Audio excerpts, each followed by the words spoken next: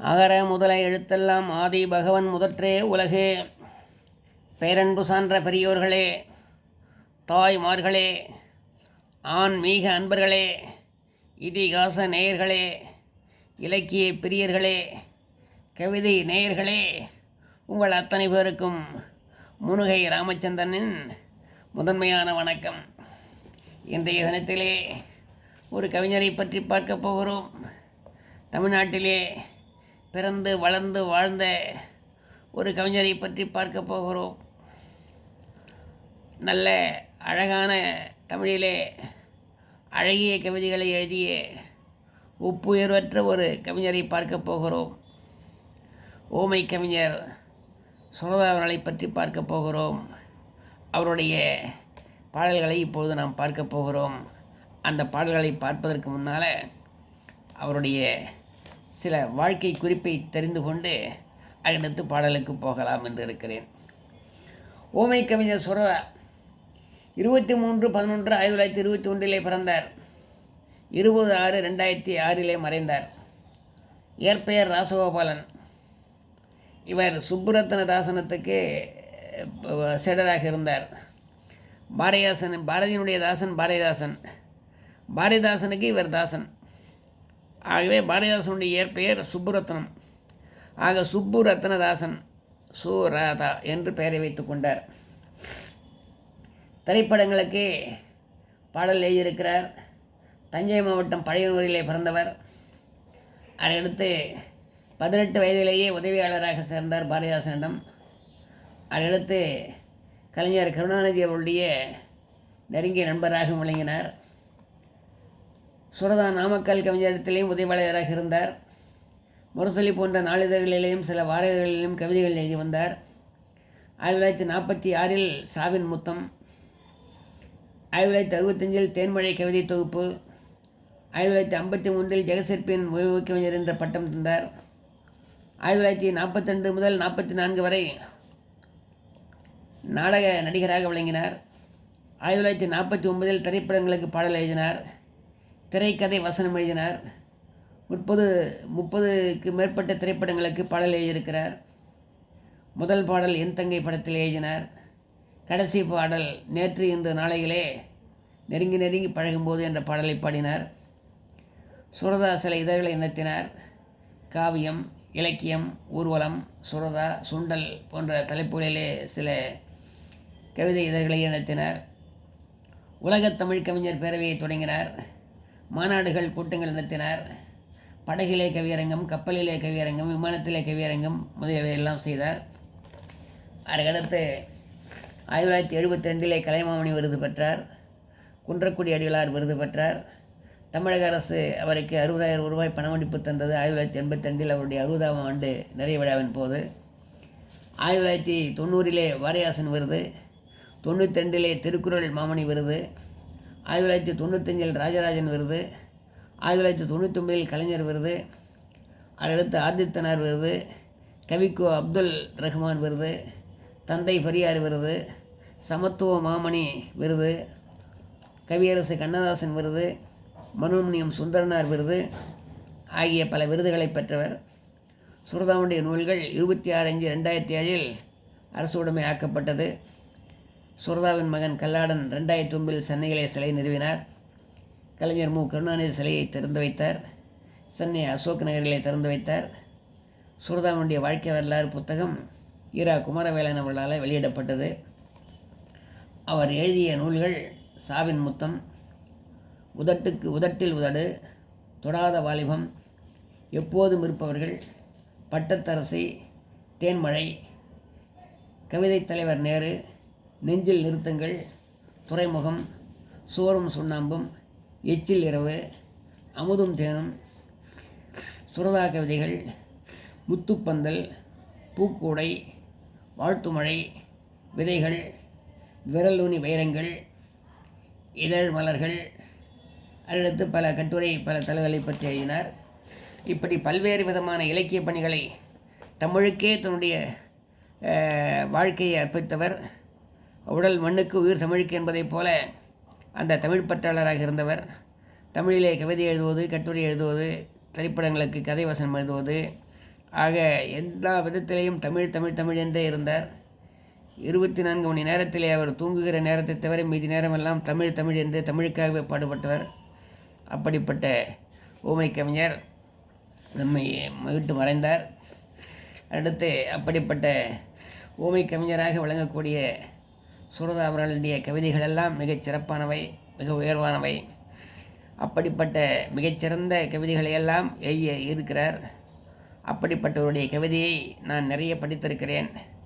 யான் பெற்ற இன்பம் பெருகைய வையகம் என்று சொல்வார்கள்.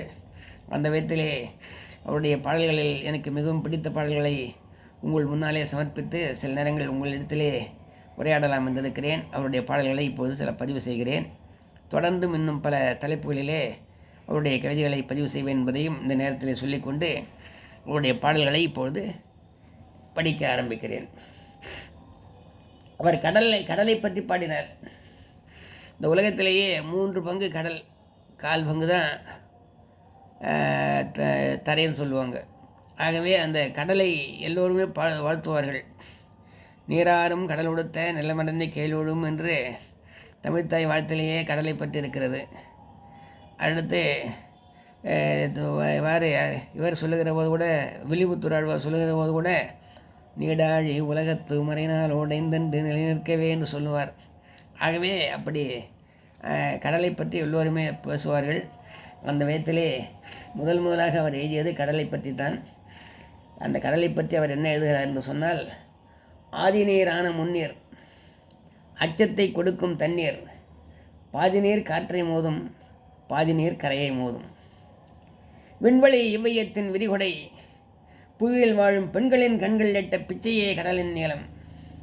பண்கடல் உண்டே என்று பார்க்கடல் இருந்த செல்லை, உண்டனில் கதையில் என்று உலகினில் காட்டுவார் யார் என்று அருமையாக அந்த கடலை பற்றி சொல்கிறார்.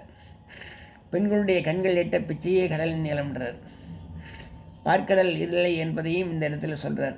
இந்த கடல் தான் உண்டு. வங்காள விரிகுடா, அரபிக்கடல், இந்து மகாசமுத்திரம், பசிபிக் கடல், அண்டார்டிக் கடல் என்று சொல்லக்கூடிய இந்த கடல்கள் தான் இருக்கிறதே தவிர வேறு கடல்கள் இல்லை, பார்க்கடல் இல்லை என்பதை இங்கே பதிவு செய்கிறார். அடுத்து கடலை பற்றி சொல்லுகிற போது, கடலுக்கு எது அழகு என்று சொன்னால், படகு, கப்பல் இதெல்லாம் வந்து போயிட்டே இருந்தால் தான் கடலுக்கு அழகு. ஆக படகோ கப்பலோ வரவில்லை என்று சொன்னால் அந்த கடலுக்கு அழகு இல்லை. அதை ஒரு ஊமையிலே சொல்லுகிறார். கணவனை இழந்த பெண்ணும் களமற்ற கடலும் ஒன்றே. அதாவது கப்பல் உழவாத கடல் கணவனை இழந்து ஒரு பெண்ணை போன்றது என்று சொல்லுகிறார். அடுத்து அந்த கடலை பற்றி சொல்லுகிற போது, அலை ஓசை சிறந்த ஓசை ஆதலின் அதனையன்றி, புலி ஓசை பூனை ஓசை பொற்களம் வழங்கும் ஓசை, இலி ஓசை இவற்றையெல்லாம் யாப்பு நூல் ஏற்கவில்லை, கலையாத கடல் நீர் ஓசை கலிப்பாவின் ஓசை என்றோஹோ என்று அழகாக சொல்லுகிறார். அடுத்து அவர் பேசுகிற போது நிலாவை பற்றி பாடுகிறார். நிலாவை பற்றி பாடாத கவிஞர்களே இல்லை. ஒரு பெண்ணை வர்ணிக்கிற போது கூட நிலாவை போன்ற முகம் என்று சொல்லுவார்கள், நிலவு முகமே என்று சொல்லுவார்கள். ஆகவே அந்த நிலாவை வர்ணிக்காத பாடாத கவிஞர்கள் இந்த உலகத்தில் யாரேனும் உண்டா என்று சொன்னால் யாருமே இல்லை. நிலவான் ஆடைக்குள் உடல் மறைத்து நிலாவென்று காட்டுகின்றாய் ஒளிமுகத்தை, கோலம் முழுதும் காட்டிவிட்டால் காதல் கொள்ளையிலே இவ்வுலகம் சாமோ, வானச் சோலையிலே பூத்ததனி பூவோ, இதான் சொக்கவள்ளி பார்க்குடமோ, காலை வந்த செம்பருதை கடலில் மூழ்கி கனல் மாறி குளிரடைந்த ஒளிப்பழம்போ என்று சொல்லி அங்கே பாரதிதாசன் கூட சொல்லுவார் அந்த நீலவானில் இருக்கக்கூடிய அந்த நிலவை பற்றி. ஆக அந்த பாரதிதாசனுடைய மாணவனாக, தலைமை மாணாக்கராக, முதல் மாணாக்கராக விளங்கக்கூடிய அந்த சுப்புரத்ன தாசனுடைய துப்புரத்ன தான் பாரதிதாசனுடைய இயற்பெயர். அந்த பாரதிக்கு தாசன் பாரதிதாசன், அந்த பாரதிதாசனுக்கு தாசன் சுப்பு ரத்னதாசன் சுரதான்னு வச்சுக்கிட்டார். அந்த சுரதா நிலாவை பற்றி பாடுகிறார். நிலாவை பற்றி பாடுகிற போது எல்லோரும் அறுசேர் விருத்தம், எழுசேர் விருத்தம், எண்சேர் விருத்தம் இப்படியெல்லாம் பாடுவாங்க. ஆனால் முதலாக காவடி சிந்து என்று சொல்லக்கூடிய அந்த பாடல் மட்டிலே பாடுகிறார். அந்த பாடலை இப்போது பார்ப்போம். ஆசை கொண்டு விண்வெளியின் மீது மதி ஆடையின்றியே உலவும் மாது, மதி ஆடையே இல்லாமல், அந்த சந்திரன் ஆடையே இல்லாமல், நிலவு ஆடையே இல்லாமல் உலவுகிறது என்று சொல்லுகிறார். ஓசை கொண்ட மண்டலத்தில் ஊந்துலவி வாழ்ந்து வரும் ஊமை வெள்ளியாமை. ஆசை கொண்டு விண்வெளியின் மீது மதி ஆடையின்றியே உலவும் மாது, முகில் ஓசை கொண்ட மண்டலத்தில் ஊந்து உறவி வாழ்ந்து வரும் ஊமை வெள்ளியாமை என்கிறார். அடுத்து சொல்லுகிறார், தேசமெல்லாம் சுற்றி வரும் தெப்பம் குளிர் திங்களொரு செங்குமணி எப்பம் சிலர் பூசலுக்கும் மேசலுக்கும் பொங்கியழும் காதலுக்கும் பொறுப்பு நிலாச்செரிப்பு. தேசம் முழுவதும் உலகம் முழுவதும் சுற்றி வந்து விடுகிறது. அதே நேரத்தில் மாதத்திற்கு ஒரு முறை பௌர்ணமியாகவும் அதுக்கடுத்து ஒரு முறை அமாவாசையாகவும் வருகிறது. இதை சொல்லுகிற போது சங்குமணி அப்பன்றார். தேசமெல்லாம் சுற்றி வரும் தெப்பம் குளிர் திங்களொரு சங்குமணி அப்பம் சிலர் பூசலுக்கும் மேசலுக்கும் பொங்கி எழும் காதலுக்கும் பொறுப்பு நிலாச்செரிப்பு. அடுத்து,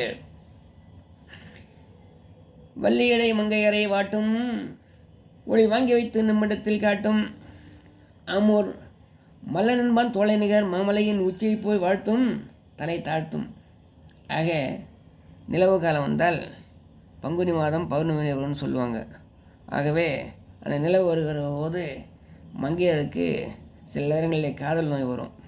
அதைத்தான் இங்கே சொல்லுகிற போது வள்ளியடை மங்கையரை வாட்டும் ஒளி வாங்கி வைத்து நம்மிடத்தில் காட்டும் ஆமோர் மல்லனன்போன் தோழனிகர் மாமலையின் உச்சியை போய் வாழ்த்தும் தலை தாழ்த்தும் என்று சொல்கிறார். அடுத்து இந்த நிலவு எப்படி இருக்குது? நல்லவதம் நட்பனவே வளரும் சில நாளிலதன் நீர உடல் தளரும் இன்ப சொல்ல முதப்பாவலரை தூண்டிவிட்டு கொண்டிருக்கும் சோதி வான ஊர்து என்றார். நல்லவருடைய நட்பு எப்படி வளர்கிறதோ அதை போல் அமாவாசையிலிருந்து வளர்பறையாக வந்து பௌர்ணமியிலும் வளர்ந்துக்கிட்டே போய் முழு நிலவாயிடும். அதையடுத்து பௌர்ணமிக்கு அடுத்து அது தேய்ந்து கொண்டே வந்து கடைசியில் அமாவாசை என்று சொல்லி முழு நிலவே இல்லாமல் போயிடும். ஆகவே அது எப்படி வளர்கிறது என்று சொன்னால் நல்லவருடைய நட்பு வளர்வதைப் போல வளர்கிறது. தீயவருடைய நட்பு எப்படி தேய்ந்து விடுகிறதோ அதை போல தேய்ந்து விடுகிறது என்பதை இந்த பாடலில் சொல்லுகிறார். அது மட்டும் இல்லாமல் எந்த ஒரு கவிஞரும் நிலாவை பற்றி பாடாமல் இருப்பதில்லை. ஆகவே பவலரையெல்லாம் தூண்டிவிட்டிருக்கக்கூடிய சோதி இந்த வானத்திலே உலகி கொண்டிருக்கக்கூடிய ஊர்தி. ஆக அது வான ஊர்தி என்று சொல்லுகிறார். நல்லவரம் நட்பனவே வளரும் சில நாளிலதன் நீர உடல் தளரும் என்ப சொல்ல பாவலரை தூண்டிவிட்டு கொண்டிருக்கும் சோதி வான ஊர்தி. அதுக்கடுத்து, வெட்டவெட்ட வெண்ணிலவின் மீது காயம் வந்தமய காடன்தான் யாது மன்ன கட்டழகி அஞ்சனத்தை விட்டெறிந்ததால் வந்த கரையோ சொந்த குறையோன்றார். அந்த நிலவிலே ஒரு களங்கம் இருக்கும், ஒரு கருப்பாக இருக்கும். சில பேர் சொல்லுவாங்க நிலாவில் ஆலமரத்துங்கிழ பாட்டி தோசை விடுதுன்னு சொல்லுவாங்க சில பேர் தமாஷா. ஆக அந்த வட்டவெட்ட வெண்ணிலவிலே கூட அந்த முழு பௌர்ணமியில பார்த்தாலும் கூட அதில் சிறிய ஒரு லேசான ஒரு கருப்பான ஒரு பிம்பம் ஒன்று தெரியும். அந்த கருப்பு எதனாலே வந்தது என்று எந்த கவிஞரும் சொல்லாத வார்த்தையை இப்போ ஊமை கவிஞர் சொல்கிறார். ஒரு பெண் பார்க்குறாளாம், நிலவை பார்க்கிறாள். நிலவோ முகம் நன்றாக இருக்கிறதா நம்முடைய முகம் நன்றாக இருக்கிறதான்னு பார்க்குறாளாம். நம்முடைய முகத்தை விட நிலவினுடைய முகம் ரொம்ப பிரகாசமாக இருக்குதுன்னு பார்த்து அவளுக்கு பொறாமை வருகிறதான். பொறாமை வந்ததுனால உடனே என்ன செய்தாலாம், தன்னுடைய கண்ணிலே இருக்கக்கூடிய மையை அப்படியே வழித்து எடுத்து அப்படியே ஓங்கி வீசி மேலே எரிந்தாலாம். அது எரிந்த காரணத்தினால் அது நிலாவின் மீது பட்டு அது கரையாகி போச்சு என்றார். எவ்வளோ பெரிய கற்பனை பாருங்கள். அந்த பாடலை பார்க்கலாம். வட்டமிட்ட வெண்ணிலவின் மீது காயம் வந்தமைய காரணம்தான் யாது மன்ன கட்டழகி அஞ்சனத்தை விட்டெறிந்ததால் வந்த கரையோ சொந்த குறையோ என்று அங்கே நிலவை பற்றி பாடுகிறார். அடுத்து பூம்புகார் என்று சொல்லக்கூடிய ஒரு நகரத்தை பற்றி பாடுகிறார். கல்லினால் எல்லை காட்டி காதலால் இதயம் காட்டி வில்லினால் வீரம் காட்டி வென்ற பின்னீரம் காட்டி சொல்லினால் நீதி காட்டி சோழர்கள் ஆண்டு வந்த தொல்புகார் நகரம் கீர்த்தி தூங்காத நகரமாகும். ஆக பூம்புகாரை பற்றி அந்த கவரி பூம்பட்டினத்தை பற்றி மிக அழகாக இந்த பாடலிலே குறிப்பிடுகிறார். அதுக்கடுத்து ஒரு வரலாற்று நிகழ்ச்சி. அந்த வரலாற்று நிகழ்ச்சியிலே ஆட்டனத்தி என்று ஒருவன் இருந்தான், ஆதிமந்தி என்று ஒருவன் இருந்தாள்.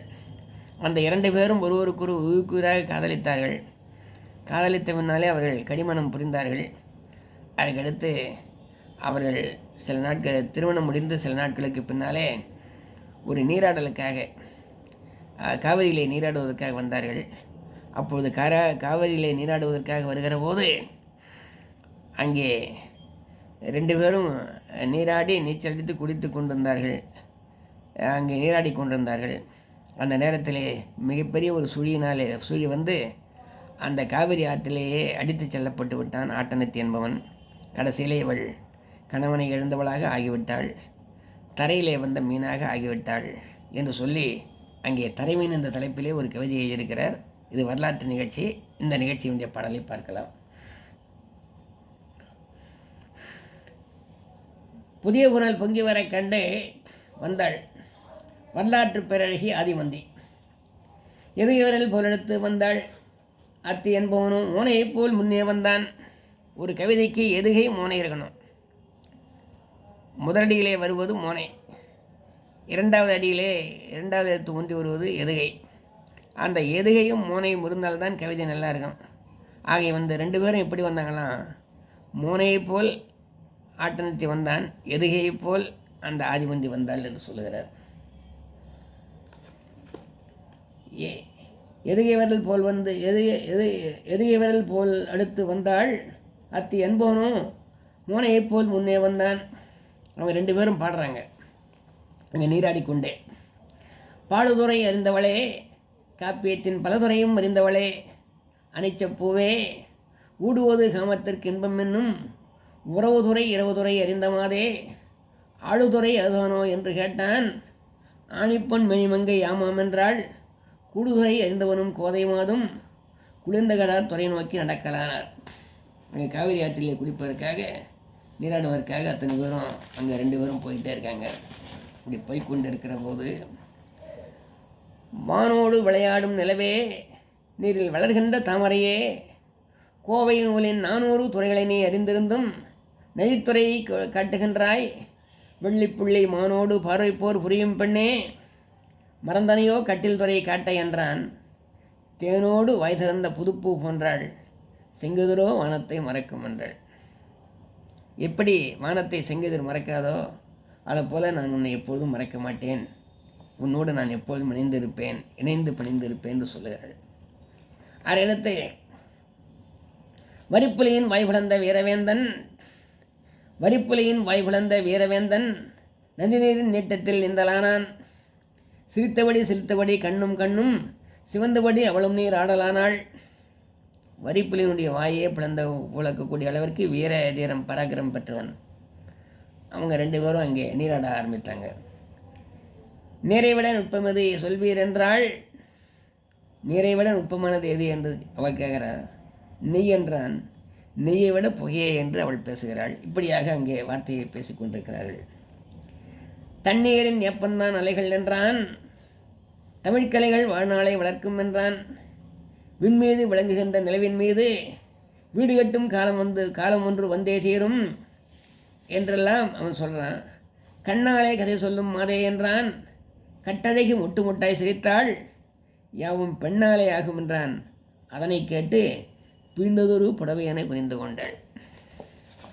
அதற்கடுத்து, பெரிய புகழ் பெற்றவனை மணந்தமங்கை கரையேறி தேர் நின்ற இடத்தில் நின்றாள். அரிகரியாய் வரிவரியாய் வடிவம் காட்டும் அலைகளினால் ஆட்டனத்தை இழுக்கப்பட்டான். இவள் முதல்ல கரையேறி வந்துட்டா, காவிரி கரையில் ஆற்றிலிருந்து குளித்துட்டு அதுக்கடுத்து நீராடி விட்டு வருகிறாள். இவன் மட்டும் ஆட்டனத்தை மட்டும் அங்கே காவிரியிலேயே குளித்து கொண்டிருக்கிறான். அந்த நேரத்திலே அரியறியாய் வரிவரியாய் வடிவம் காட்டும் அலைகளினால் ஆட்டனத்தை இழுக்கப்பட்டான். ஒரு சில அலைகள் வேகமான தண்ணீர் வந்த காரணத்தினால் அலைகளினால் இழுக்கப்படுகிறான். அவன் என்ன பாடுபடுகிறான் என்பதை சொல்கிறார். பந்தனவே காவிரியில் மேந்தான், நீரில் பாறாங்கல் போல விழுந்தான். சேனை யானை தந்தவனை மேல் நோக்கி எழுந்தான். அத்தி தத்தளித்தான், தமிழரசி தலைமையினானாள்.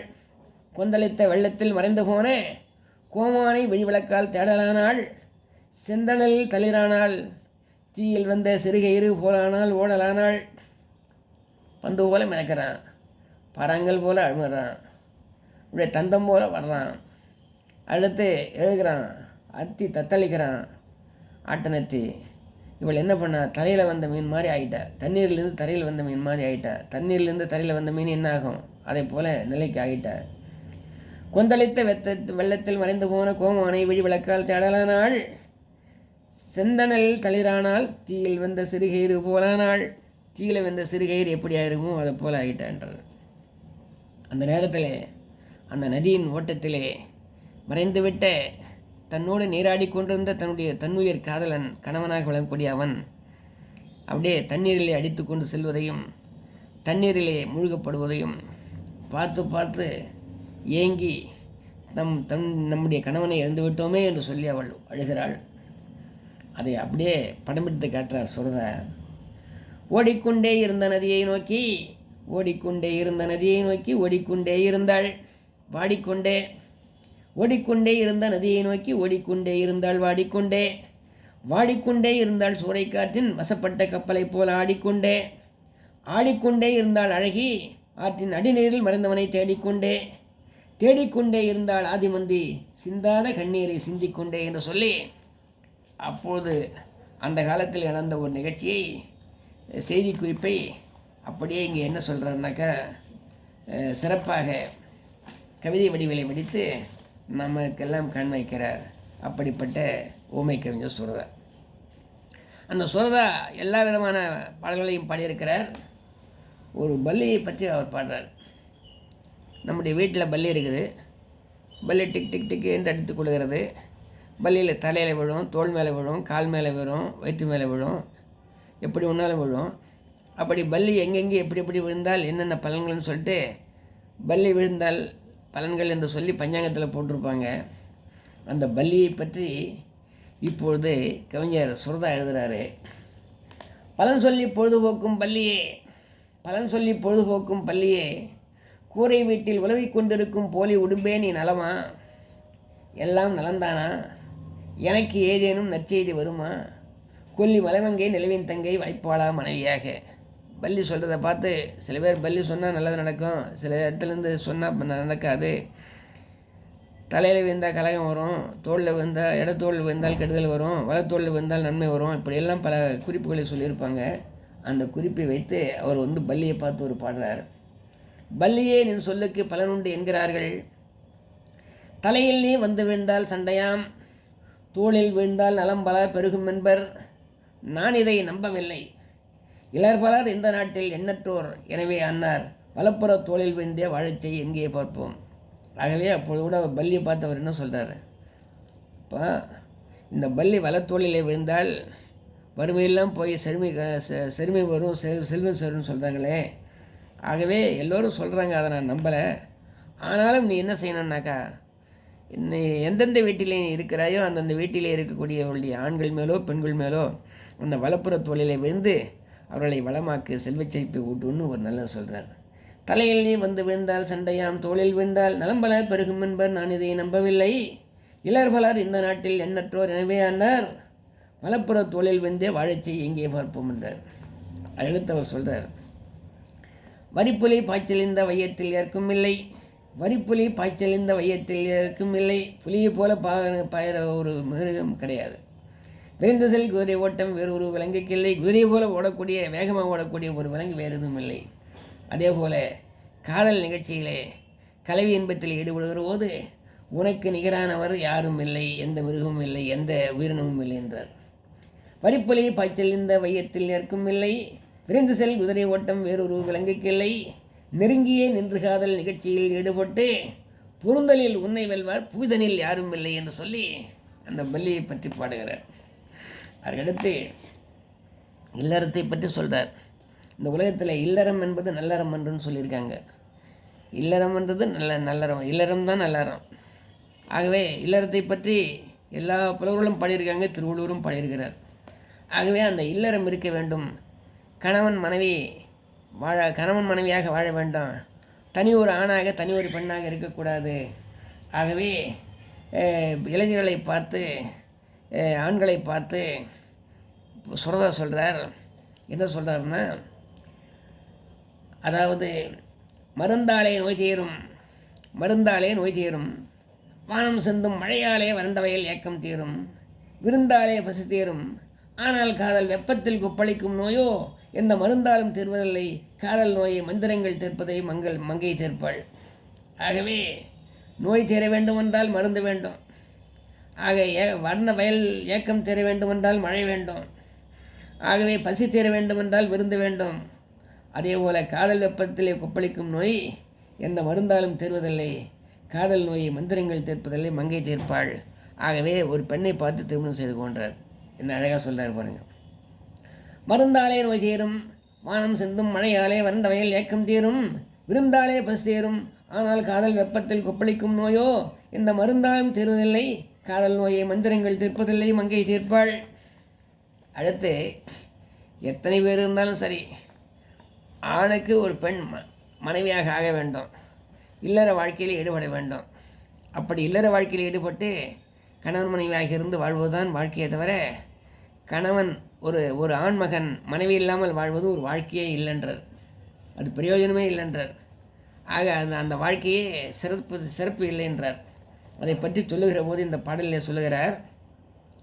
புத்தகங்கள், முத்தமிடும் மனைவி, சொற்கள் புரியாத மாலை மொழி பேசும் மக்கள், இத்தனை மீதனில் ஒவ்வொரு மனிதனுக்கும் இருப்பதுவே சிறப்பாகும், இருக்கும் ஆயின் புத்தகத்தால் பெறறிவும், குழந்தை பேச்சால் பூரிப்பும், மனைவியினால் சுகமும் சேரும். எத்தனை பேர் இருந்தன, மனைவியில்தான் இல்வாழ்க்கை கரும்புக்கு விரும்புகின்றோ. ஆகவே இந்த உலகத்திலே, அதாவது ஒரு மனிதன் என்று சொன்னால் புத்தகங்கள் இருக்க வேண்டும், மனைவி இருக்க வேண்டும், மழை பேசக்கூடிய குழந்தை செல்வம் இருக்க வேண்டும். ஆக இவையெல்லாம் இல்லை என்று சொன்னால் அவனுக்கு வாழ்க்கை நிறைவடையாது. ஆகவே எத்தனை செல்வங்கள் இருந்தால் கூட இந்த மனைவியாகிய செல்வம் இல்லை என்று சொன்னால் அது கரும்புக்கும் ஒரு பூ இருக்குது. ஆனால் அந்த பூவுக்கு என்னால் என்ன பிரயோஜனம்? அந்த பூவை எடுத்து யாராவது தலையில் வச்சுக்கிறாங்களா? இல்லை, அது வெறும்பு தானே. அதே போல் வெறுமனமுடைய வாழ்க்கை ஆகிவிடும் என்று சொல்லி இந்த பாடலில் மிக அழகாக சொல்லுகிறார். அழகான பாட்டு இது. இந்த பாடல் பாருங்கள். புத்தகங்கள், முத்தமிடும் மனைவி, சொற்கள் புரியாத மாலை மொழி பேசும் மக்கள், இத்தனை மீதனில் ஒவ்வொரு மனிதனுக்கும் இருப்பதுவே சிறப்பாகும், இருக்கும் ஆயின் புத்தகத்தால் பிறறிவும், குழந்தை பேச்சால் பூரிப்பும், மனைவியினால் சுகமும் சேரும். எத்தனை பேர் இருந்தன, மனைவி இல்லான் இல்வாழ்க்கை கரும்புக்கு விரும்புவன்றோ. என்ன அழகாக பாடியிருக்காரு பாருங்க, இல்வாழ்க்கை வேணுன்றது. அடுத்து கல்வியினுடைய சிறப்பை, உழைப்பினுடைய சிறப்பை எல்லாம் ஒரு பாடலே விளக்குகிறார். என்ன சொல்கிறார்? ஐந்து உணர்வோர் நெஞ்சமெல்லாம் கல்வியாலே அன்றாடம் சிவக்குமென ஆன்றோர் சொன்னார். ஐந்து சிவந்தது, காய்ந்து சிவந்தது, ஐந்து சிவந்ததுன்னு சொல்லுவார். ஆக ஐந்து அந்நியருடைய உள்ளமெல்லாம் சிவந்து போயிடுன்றார். ஆகவே அந்த ஆய்வு உணர்ச்சி இருக்க வேண்டும், சிந்தனை உணர்ச்சி இருக்க வேண்டும்ன்றார். என்ன சொல்கிறார்?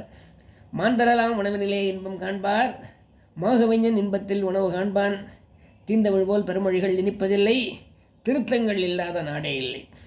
ஆகவே மதுமிக்கோன் சாதிப்பான் எதையும், அன்னோன் மாற்றாரின் புத்தகத்தால் பிழைக்க மாட்டான், இது நிற்பான் வென்றாரை வெல்வான். ஆகவே மதிவுடையவனாக வழங்க வேண்டும், அறிவுடையவனாக வழங்க வேண்டும் என்று சொல்லுகிறார். தலைகால்கை இவற்றையெல்லாம் காத்தோர் செத்தார், தமிழ் காத்தோர் வரலாற்றில் செத்ததில்லை. ஆக தமிழை காத்தவர்கள், தமிழுக்கு பாடுபட்டவர்கள், தமிழுக்கு உழைத்தவர்கள், தமிழிலே நூல்கள் எழுதியவர்கள், தமிழிலே மிகச்சிறந்த பாடல்களை படித்தவர்கள், அவர்களுக்கெல்லாம் எப்போதும் சாவே கிடையாது. தலைகால்கை இவற்றையெல்லாம் காத்தோர் செத்தார், தமிழ் காத்தோர் வரலாற்றில் செத்ததில்லை. அதனால தான் பாருங்கள், கம்பருக்கோ, வில்லிபுத்தூர் ஆழ்வாருக்கோ, திருவள்ளுவருக்கோ, இளங்கோவடிகளுக்கோ, பாரதியாருக்கோ, பாரதிதாசனுக்கோ, இன்னும் மற்றும் இருக்கக்கூடிய ஆழ்வார்களுக்கோ, 4000 திவ்ய பிரபந்தம் எழுதியவர்களுக்கோ, அல்லது பெரிய புராணம் எழுதிய சேக்கிழாருக்கோ, இவர்களுக்கெல்லாம் மரணமே கிடையாது. அவருடைய பூத உடல் மறைந்தாலும் பொருளுடல் எப்பொழுதும் இருந்து கொண்டே இருக்கும். 2000 வருஷத்துக்கு முன்னே எழுதின திருக்குறள் இருக்கிறது. அந்த திருக்குறளை எழுதிய திருவள்ளுவருடைய புகழ் இருந்து கொண்டிருக்கிறது. அதனால தான் தலைகால்கை இவற்றையெல்லாம் காத்தோர் செத்தார், தமிழ் காத்தோர் வரலாற்றில் செத்ததில்லை என்கிறார். அது மட்டுமல்ல, இந்த உலகத்திலே இருக்கக்கூடிய அத்தனை பேரும் நன்கு உழைக்க வேண்டும், நன்கு படிக்க வேண்டும், நன்கு ஆழமாக சிந்திக்க வேண்டும். ஆகவே திறமை என்பது சாதாரணமாக வந்துவிடாது, திறமை வருவதற்கு மிக கடுமையான உழைப்பு தேவை என்று சொல்லி இந்த பாடலை வலியுறுத்துகிறார். அவர் என்ன சொல்கிறார்? அப்பத்தை சுடும்போது பொத்தல் வந்தே அதன் நிவில் தானாக அமைதல் போலே, ஒப்பற்ற காவியத்தில் எங்கிருந்தோ ஓடி வந்து கருத்துக்கள் குதிப்பதில்லை, ஒப்பிட்டு சொல்வதற்கு திறமை வேண்டும், உழைத்தாக்கே அத்திறமை வந்து வாய்க்கும், உப்பற்ற உணவுக்கும் தாய்ப்பால் போன்ற உமையிலா பாடலுக்கும் பெருமை இல்லை. தோசை சுடுறோம், அப்படியே இந்த தோசையில் அப்படியே பொத்தல்கள் அங்கங்கே வந்து விழுது. அப்படியே பொத்தல்கள் வந்து விழுவது போல ஒரு காவியத்தில் உமைகளோ அல்லது கருத்துக்களோ ஓடி வந்து அப்படியே விந்துறதில்லை. அப்படியெல்லாம் ஒப்பிட்டு சொல்வதற்கு மிகப்பெரிய திறமை வேண்டும். அந்த திறமை வேண்டுமானால் அதற்கு அதிகமாக அவர் உழைத்திருக்க வேண்டும். அத்திறமை வந்தவர்கள்தான், அப்படிப்பட்ட திறமையை பெற்றவர்கள்தான் மிகப்பெரிய சாகா இலக்கியங்களை படைக்க முடியும். உப்பில்லாத உணவுக்கு எப்படி மதிப்பில்லையோ அதே போல் தாய்ப்பால் போன்ற உமையில்லாத பாடலுக்கும் பெருமை இல்லை என்பதை சொல்கிறார். மீண்டும் அந்த பாடலை சொல்கிறேன். அப்பத்தை சுடும்போது பொத்தல் வந்தே அதன் நடுவில் தானாக அமைதல் போலே ஒப்பற்ற காவியத்தில் எங்கிருந்தோ ஓடி வந்து கருத்துக்கள் குதிப்பதில்லை. உப்பிட்டு சொல்வதற்கு திறமை வேண்டும், உழைத்தார்க்கே அத்திறமை வந்து வாய்க்கும். உப்பற்ற உணவுக்கும் தாய்ப்பால் போன்ற ஓமையிலா பாடலுக்கும் பெருமை இல்லை என்று சொல்லி அவர் தன்னுடைய பாடல்களிலே சொல்லியிருக்கிறார். ஆகவே ஓமை கவிஞர் சுரதாவுடைய உண்மையான ரசிகன் நான். 1967-70 நான் சென்னை பச்சைப்பன் கல்லூரியில் படித்து கொண்டிருக்கிற போது சுரதா நடத்திய புத்தகங்கள், சுரதா நடத்திய இதழ்கள், சுரதா செல்லக்கூடிய இடங்கள், சுரதா செய்யக்கூடிய கவியரங்களை எல்லாம் நாங்கள் போய் பார்ப்போம். சுரதாவுக்கென்றே ஒரு மிகப்பெரிய கூட்டம் அந்த நேரத்தில் இருந்தது. அப்படிப்பட்ட ஒப்புயர்வற்றவராக விளங்கியவர் சுரதா அவர்கள். அந்த சுரதாவுடைய பாடல்கள் சிலவற்றை இப்போது தந்தேன். இன்னும் சில நாட்களில் சுரதாவுடைய சில சிறப்பான பாடல்களையும் உங்களுக்கு தருவேன் என்பதையும் இந்த பதிவின் மூலமாக சொல்லிக்கொண்டு உங்களிடத்திலிருந்தே விடைபெறுகிறேன். அடுத்து உங்களுக்கெல்லாம் ஒரு சிறிய வேண்டுகோள். ராமச்சந்திரன் முருகை என்கிற என்னுடைய யூடியூப் சேனலை சப்ஸ்கிரைப் செய்தால் உங்களுக்கு என்னுடைய பதிவுகள் உடனுக்குடன் வந்து சேரும் என்பதை இந்த நேரத்தில் தெரிவித்துக்கொண்டு என்னுடைய பதிவுகளை லைக் செய்து ஷேர் செய்யும்படியும் கேட்டுக்கொள்கிறேன். வாழ்க வளமுடன் நலமுடன். நன்றி, வணக்கம்.